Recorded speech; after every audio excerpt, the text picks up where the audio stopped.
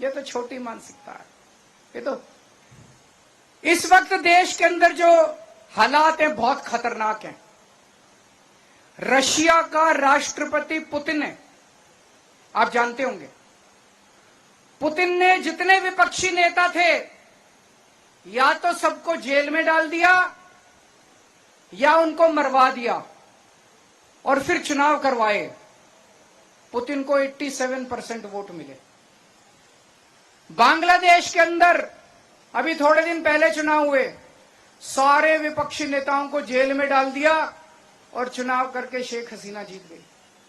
पाकिस्तान के अंदर अभी चुनाव हुए, इमरान खान जो वहां के सबसे बड़े नेता, उनको जेल में डाल दिया, उनकी पार्टी को तहस नहस कर दिया, उनका सिंबल छीन लिया और फिर चुनाव कराए और जीत गए। मोदी जी अब पाकिस्तान और बांग्लादेश से सीख के यही काम अब देश के अंदर, भारत के अंदर करना चाहते हैं। एक टाइम ऐसा था जब पाकिस्तान और बांग्लादेश हमसे सीखा करते थे, आज मोदी जी बांग्लादेश और पाकिस्तान से सीख रहे हैं।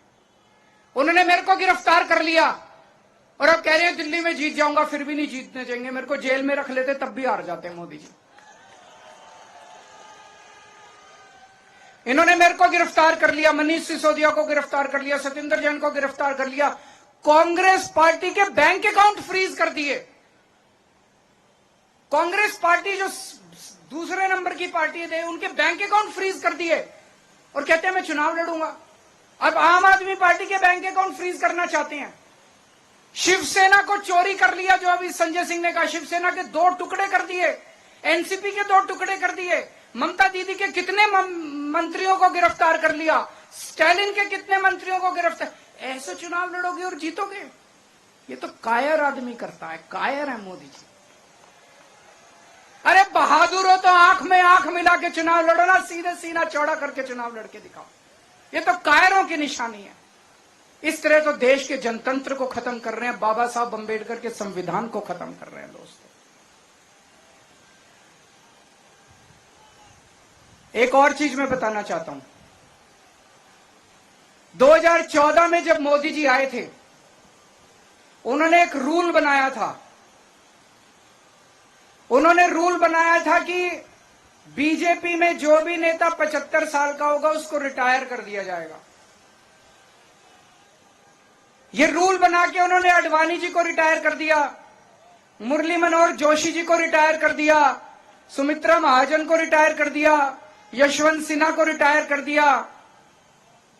अगले साल 17 सितंबर को मोदी जी 75 साल के हो रहे हैं।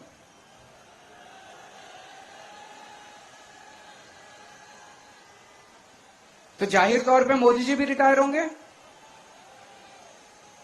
अपना रूल बनाया उन्होंने तो अपने ऊपर तो लागू करेंगे वो। जब मैंने बोला थोड़े दिन पहले, पता नहीं आपने देखा कि नहीं देखा, मैंने थोड़े दिन पहले बोला कि अगली साल मोदी जी रिटायर होंगे और अमित शाह को प्रधानमंत्री बनाएंगे, तो सारे बीजेपी के नेता चढ़ गए, नहीं नहीं मोदी जी रिटायर नहीं होंगे, नहीं नहीं मोदी जी रिटायर नहीं होंगे। मोदी जी ने नहीं बोला कि मैं रिटायर नहीं होऊंगा, मोदी जी रिटायर होंगे और अमित शाह को बनाएंगे प्रधानमंत्री। तो इस साल जो वो वोट मांग रहे हैं मोदी जी, वो अपने लिए वोट नहीं मांग रहे, वो अमित शाह को प्रधानमंत्री बनाने के लिए वोट मांग रहे हैं। तो आपके घर के आसपास जितने बीजेपी वाले रहते हैं, जितने बीजेपी के समर्थक रहते हैं, सबको बोल देना सोच के जाना जब वोट डालने जाओ। मोदी के लिए वोट नहीं पड़ रहा, अमित शाह का। आंख बंद करके जितने बीजेपी वाले हैं, जब बटन दबाओ आंख बंद कर लेना, अमित शाह की तस्वीर लेके आना कि अमित शाह को बनाना है क्या प्रधानमंत्री। तो अमित शाह के लिए वोट मांग रहे हैं। और इस सिलसिले में जितने रुकावटें थी, देवेंद्र फडणवीस को पैदल कर दिया इन्होंने, शिवराज सिंह चौहान की राजनीति खत्म कर दी, रमन सिंह की राजनीति खत्म कर दी, वसुंधरा, जितने नेता थे सबको खत्म कर दिया।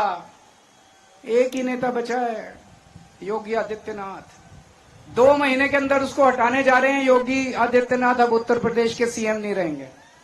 जब मैंने ऐसा बोला, एक भी नेता योगी जी के समर्थन में नहीं आया, बीजेपी के किसी ने नहीं कहा कि नहीं हटा रहे। इसका मतलब हटा रहे हैं, इसका मतलब हटा रहे हैं, साबित हो गया कि हटा रहे हैं। कल मैंने देखा योगी जी मेरे को गालियां दे रहे थे, मैं उनको कहना चाहता हूं, मैं तो आप ही के लिए बोल रहा हूं। मेरे को गाली देने से क्या होगा? अपने वालों को सलट लो, अपनी बीजेपी को सलट लो।